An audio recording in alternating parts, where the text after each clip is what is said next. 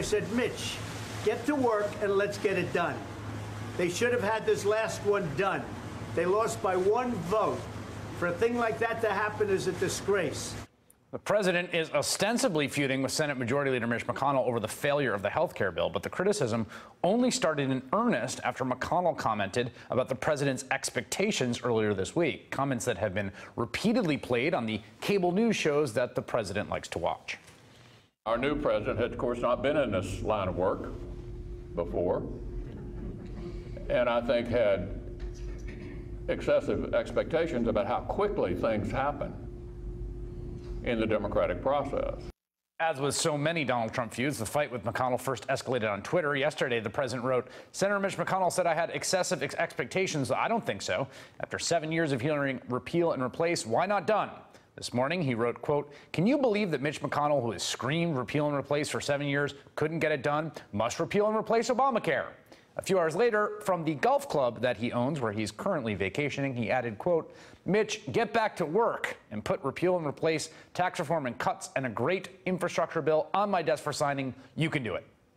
The fight has divided Republicans. Right-wing media is siding with Donald Trump. Laura Ingraham, for example, tweeted, quote, hey, Kentucky, time to tell Senate Majority Leader McConnell to stop rolling over for the Dems, advance the Trump agenda, or step aside. Well, senators have been siding with their leader. Utah's Orrin Hatch, for example, tweeting out, Senate Majority Leader has been the best leader we've had in my time in the Senate through very tough challenges. I fully support him. Joining me now, Jim Manley, former chief spokesperson for Senate Majority Leader Harry Reid, who spent a lot of time squaring off against Mitch McConnell, is a very expert Mitch McConnellologist. What do you make of this? Chris, I'm spending another night with you trying to figure out what exactly this president is up to. Once again, it defies every rule.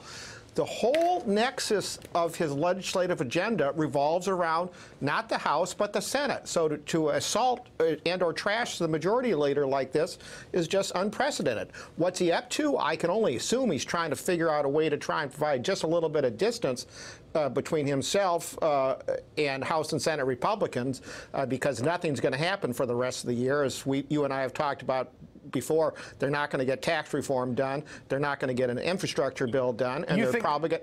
You think that's true, and you think he knows it, and he's trying essentially to put the blame on McConnell ahead of time?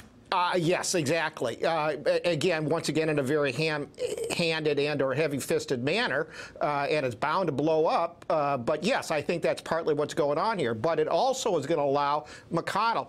Look, as you've suggested, I know Senator McConnell well enough to know that he could actually care less about what this president has to say. He's overwhelmingly popular in his home state. He's got the strong support of his caucus. And from here on out, it's going to be where they, where their positions come together, again, such as tax cuts for the wealthy and or big corporations.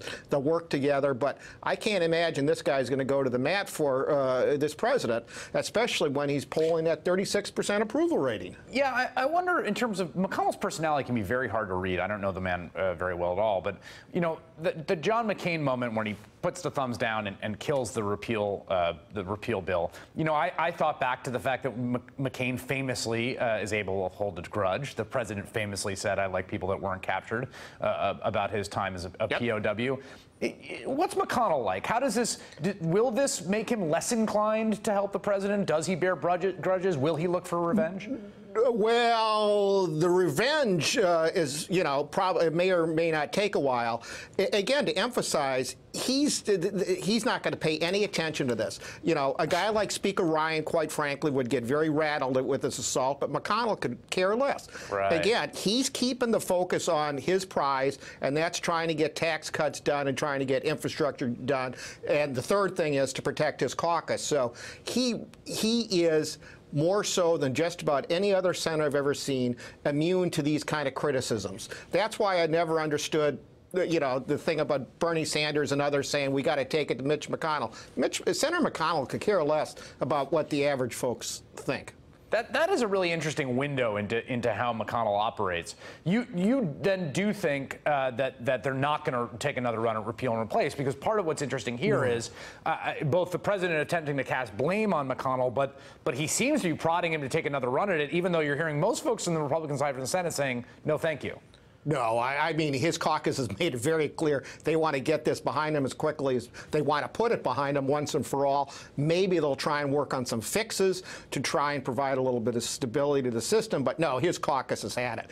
Again, their whole goal is to work on tax cuts. But before they get to that, as you know, previous folks on your network have said, I mean, there is a looming possibility of a shutdown coming forward in September when they have to deal with government spending and/or the debt limit.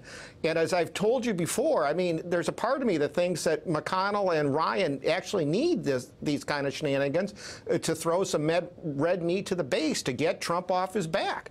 Trump, of course, the president could care less whether they default or not. He's just spoiling for a fight. All right, Jim Manley, thanks for joining me.